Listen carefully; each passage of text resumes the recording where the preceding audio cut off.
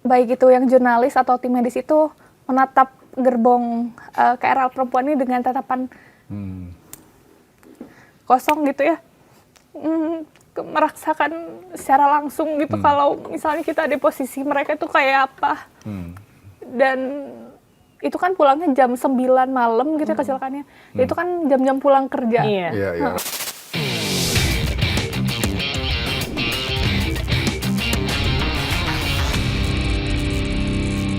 Assalamualaikum warahmatullahi wabarakatuh. Kembali lagi di Bikin Terang bersama saya Diandra Mukni. Dan saya Rizky Hasan. Kami turut berduka cita ya Mas Rizky ya, atas kejadian kecelakaan kereta di stasiun Bekasi Timur yang mengakibatkan 16 orang meninggal dunia dan juga puluhan lainnya terluka. Nah, untuk membahas hari ini kita sudah kedatangan dua jurnalis iNews yang meliput langsung kejadian di malam saat kecelakaan tersebut terjadi. Di sini sudah ada, boleh perkenalkan diri? Oke, halo semuanya, salam kenal. Saya Dilami Aulia, sekarang merupakan reporter iNews TV yang kebetulan kemarin meliput terkait dengan kecelakaan yang terjadi. Baik, dan? Halo, saya Ahmad Alfikri, saya reporter iNews Digital, dan sama seperti Kadila, saya juga meliput pada saat malam kejadian kecelakaan kereta. Oke. Ladies first lah ya pertanyaannya ya. Ke Dilami dulu. Awal dapat informasi kecelakaan kereta itu emang Dilami lagi shift malam dan kemudian bagaimana perjalanan ke sana dan apa yang pertama kali dilakukan waktu itu? Oke. Pertama kali mendapatkan informasi tersebut itu memang karena di grup awalnya, betul, di grup, dan saat itu saya posisinya shift malam. Jadi kalau reporter di iNews itu memang ada shift malam dari mulai jam 10 malam hingga ke jam 5 subuh. Kebetulan saya lagi cek grup, saya ditelepon oleh koordinator liputan, terus mengabarkan, Dil, langsung ya ke stasiun Bekasi Timur, ada live report malam. Terus saya, ada apa nih? Maksudnya kok tiba-tiba ada live report? Terus katanya ada kecelakaan kereta. Kecelakaan kereta. Oh ya udah, saya standby dulu untuk siap-siap. Kemudian nanti langsung berangkat ke kantor. Nah kemudian berangkat ke kantor sama kameramen saya, namanya Bang Ari Setiawan, sama driver saya. Kita bertiga ini menuju ke Bekasi Timur stasiun. Kemudian di perjalanan itu kurang lebih dari kantor ke stasiun Bekasi Timur kurang lebih 45 menit. Itu cukup ngebut ya, karena kita harus mengejar live report yang diminta oleh Korlip tadi. Sampai di stasiun Bekasi Timur itu pukul 11 malam. Saya kira ini hanya kejadian kecelakaan kereta yang tidak terlalu parah begitu ya. Dan saya juga sudah mengantisipasi untuk membawa beberapa peralatan, terutama power bank dan lain sebagainya untuk antisipasi kalau HP-nya mati. Saat saya tiba, wah kok ramai, banyak sekali pihak keamanan, bahkan jalanan menuju akses ke stasiun Bekasi Timur ini ditutup. Wah, langsung lihat-lihatan sama kameramen saya, Bang kayaknya ini cukup besar nih Bang gitu. Kemudian akhirnya kita tidak bisa masuk ke stasiun Bekasi Timur karena banyak sekali ambulan di situ. Dan kalau bisa digambarkan itu banyak sekali teriakan, orang lari-lari, ambulan, yang suaranya sangat nyaring, bukan dari satu ambulan saja, namun dari puluhan ambulan mungkin di situ ya. Puluhan ambulan. Di depan tuh banyak sekali, kita nggak bisa masuk, akhirnya kita turun. Saya bahkan lupa membawa tas, saya mengambil barang seadanya, hanya headset, power bank, dan HP saat itu. Saya lari bersama kameramen saya, kemudian dari tempat di drop itu sampai ke stasiun Bekasi Timur itu mungkin jalan sekitar 5-6 menit. Dan itu posisinya kita harus bergumul dengan banyak orang, entah itu mereka yang penumpang atau warga sekitar yang berkerumun, dan pihak keamanan juga mengamankan mereka gitu. Jadi lumayan chaos. Akhirnya kita bisa masuk ke stasiun Bekasi Timur. Ada momen saya sama kameramen kepisah, karena ya itu terlalu banyak orang tadi kan. Kemudian saat saya lihat, kameramen saya ternyata lagi mengejar Wakil Ketua DPR RI, Sufmi Dasko. Kemudian dia juga ada Raffi Ahmad juga di situ untuk katanya meninjau terkait dengan kecelakaan yang terjadi. Karena saya lumayan agak jauh jaraknya, namun terlihat dengan kameramen saya, akhirnya saya mencoba untuk menuju ke kameramen saya.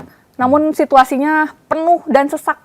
Jadi udara di sekitaran stasiun Bekasi Timur itu di depan tuh bener-bener penuh Pengap ya. Pengap banget, apalagi itu kan posisinya malam ya. Itu berarti belum masuk ke dalam stasiunnya ya?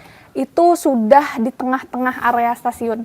Tapi belum ke lokasi. Belum ke lokasi. Kalau belum TKP-nya ya? Kalau TKP-nya kan harus Di dalam masuk di peron ya? Ya, masuk peron. Ini masih di depan, di pertengahan stasiun Bekasinya. Kemudian lumayan hektik banget, banyak orang di situ.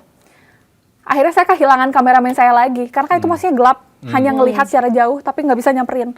Posisinya saya lagi di hybrid oleh Core Live untuk live report waktu itu. Oke. Saya bilang, saya kehilangan cam saya juga nggak bisa untuk berkoordinasi, karena cam saya juga di telepon juga sama Core Live. Akhirnya Core Live yang bantuin kita untuk ketemu. Akhirnya janjian di depan tangga stasiun Bekasi Timur untuk ketemu. Ada ketemu di situ, saya live report. Saat saya live report, petugas itu hilir mudik. Kalau tim keamanan itu bawa bor, kayaknya kemarin itu ada 4 bor yang dibawa sama mereka ke atas. Kemudian ada juga tabung-tabung oksigen, ada air mineral.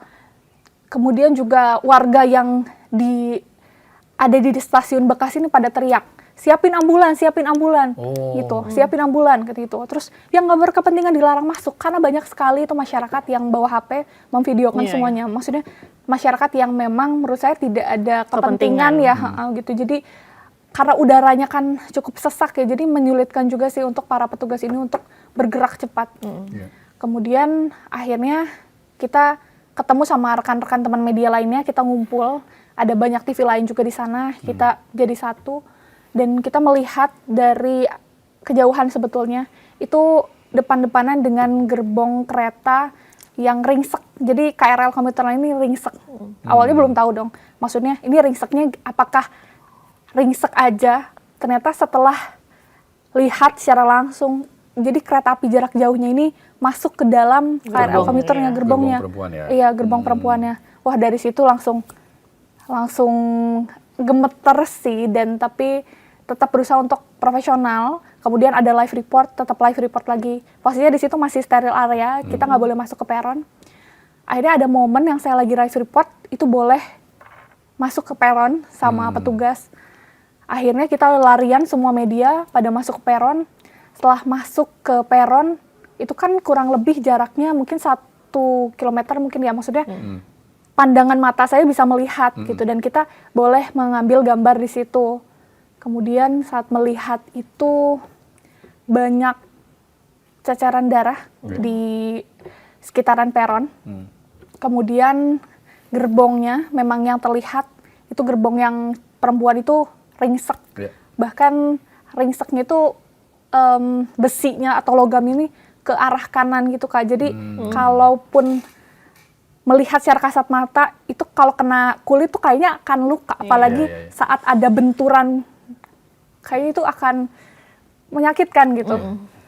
Terus di situ posisinya kalau dari bau gitu ya, bau genset, karena kan dia harus pakai penerangan sama udara, jadi pakai genset, Bau bensin. Kemudian ada agak bau darah, bau gosong, jadi itu bercampur semua.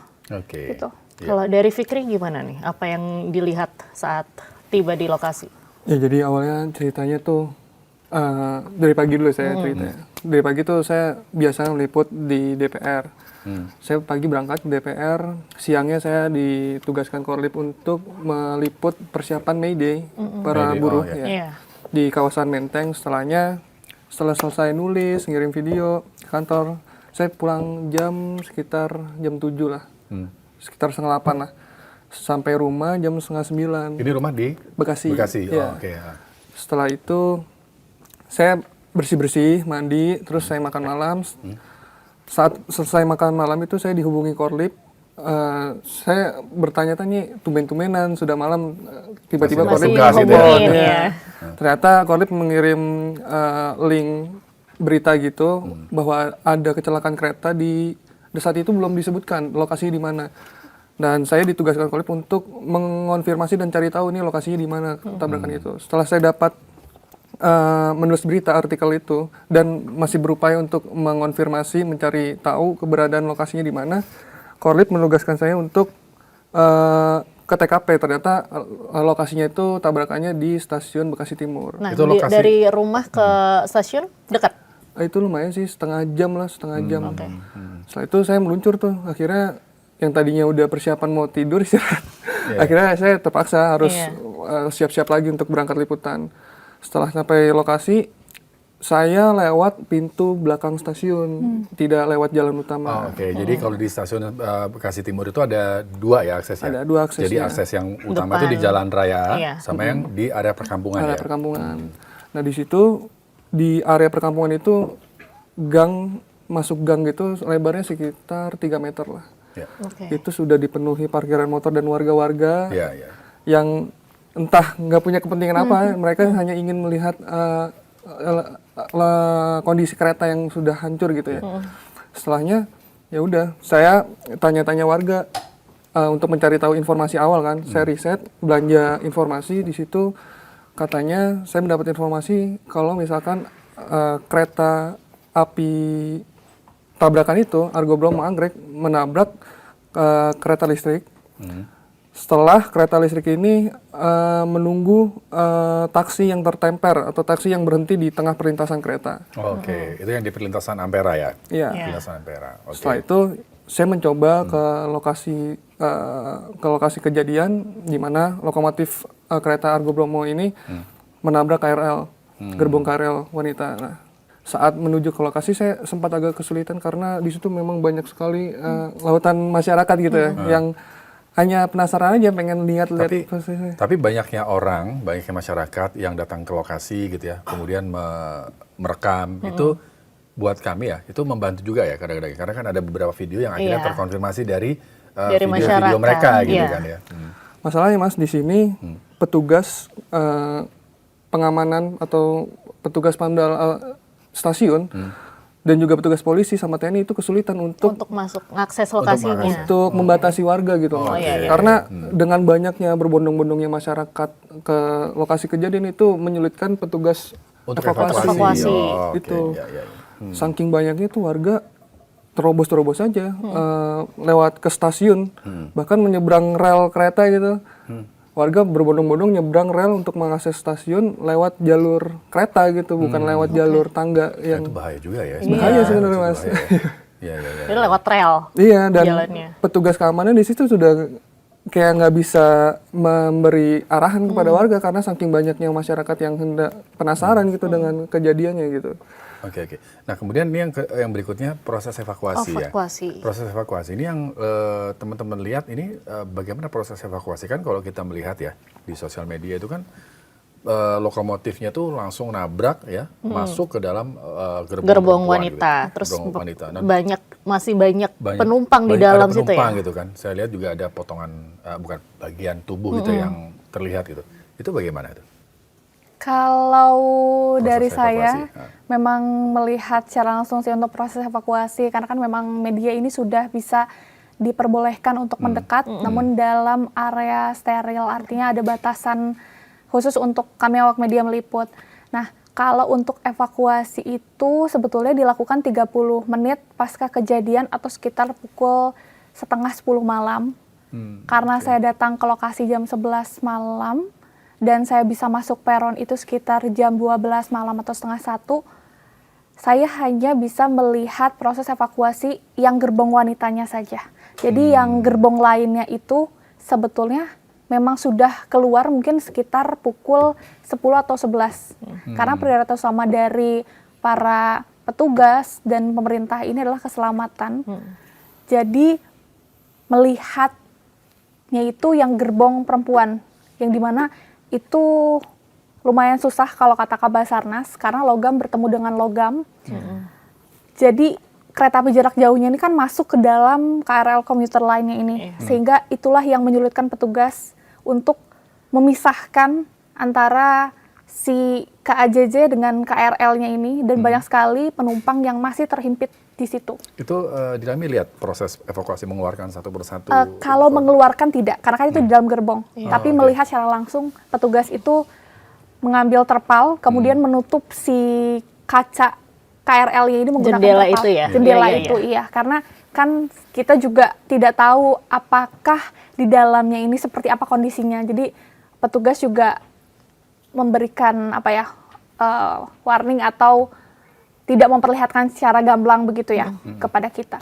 Jadi hanya melihat saat kantung jenazah itu keluar, itu kira-kira pukul 2 malam, itu ada satu kantong jenazah dikeluarkan. Di situ digotong oleh para petugas dan juga keamanan di situ. Kemudian ada lagi yang kedua itu pada pukul, saya lupa tepatnya, namun sekitar pukul 4 atau setengah 5 subuh, itu ada evakuasi kedua perempuan dan itu memang masih dalam kondisi hidup, tapi kepalanya itu dipakai gips. Ya. Kemudian kakinya itu kalau saya lihat sudah tidak bergerak, dipakai gips juga dan seperti ada rembesan darah di situ. Si korban ini hanya gini saja, hanya mengedip. Jadi tidak berkomunikasi tapi dengan terbata-bata dan hanya mengedip. Jadi hanya kaku. Nah, kami awak media benar-benar mengapresiasi itu sih karena sudah sekitar 6 jam evakuasi tapi masih bisa hidup dan selamat begitu ya. Akhirnya langsung dibawa ke RSUD terdekat, mungkin ke RSUD Bekasi ya. Karena kan memang itu yang paling dekat. Kemudian setelah itu pada pukul 6 pagi itu mulai berhasil beberapa dievakuasi. Ada 3, itu selamat semua. Ada lansia, kemudian ada 2 wanita dewasa. Tapi mereka memang kondisinya hidup tapi perlu perawatan yang intensif. Karena kondisinya kalau kata Kabasarnas ada yang masuk ke dalam kursi KRL. Masuk ke dalam kursi KRL? Masuk ke dalam kursi KRL dan terjepit di situ. Sehingga menyulitkan daripada petugas ini untuk... Kalau kursi KRL itu kan duduknya begini ya? Iya. Masuk ke dalam kalau kursi. misalnya kita lihat videonya itu kan kursinya juga bahkan ringsek ke dalam kan ya. Ya. Bahkan kalau dilihat bukan cuma yang gerbong wanita saja, ternyata kursinya yang ringsek, tapi di gerbong kedua setelah gerbong wanita ini, pegangan untuk tiang itu tiangnya itu hancur. Kemudian kursinya juga pada terbalik, jadi pada kebuka semua. Jadi memang memungkinkan untuk para korban ini masuk ke dalam si kursi itu karena posisinya mungkin kena benturan ya kayak jadi darah seperti itu. Nah, yang jadi kendala selain itu apa bagi petugas untuk melakukan evakuasi yang berjam-jam ini? Kalau untuk kendala sebetulnya yang pertama waktunya kan malam ke dini hari, gelap. Jadi perlu genset di situ. Kemudian sempat gensetnya ini atau bahan bakarnya ini habis. Kemudian petugas pada teriak, ini mati. Oh, itu sempat habis? Sempat habis dan mati. Okay. Sempat habis dan mati, akhirnya diisi ulang, akhirnya hidup kembali, dilakukan evakuasi kembali. Kemudian yang kedua adalah pengap. Jadi bukan hanya di gerbong, tapi di luar pun pengap. Karena banyak sekali petugas medis, keamanan, kami awak media, semua di situ. Dan posisinya kan itu betul-betul ruang terbuka, namun agak tertutup. Jadi semi-semi bukan outdoor gitu kan. Jadi kondisi di luar pun memang cukup pengap, itu yang kedua. Yang ketiga, itu hujan deras, kira-kira pukul 4 sampai setengah 6 pagi, itu hujan deras, angin yang menyulitkan para petugas untuk melakukan evakuasi. Pas lagi hujan deras itu, proses evakuasi masih berlangsung atau sempat dihentikan? Masih berlangsung, dan para petugas ini ada yang pakai tenda gitu Kak. Jadi kalau yang penglihatan saya itu pakai tenda warna oranye, kemudian dibentangkan untuk agar supaya ini tidak terciprat air ke dalam gerbong.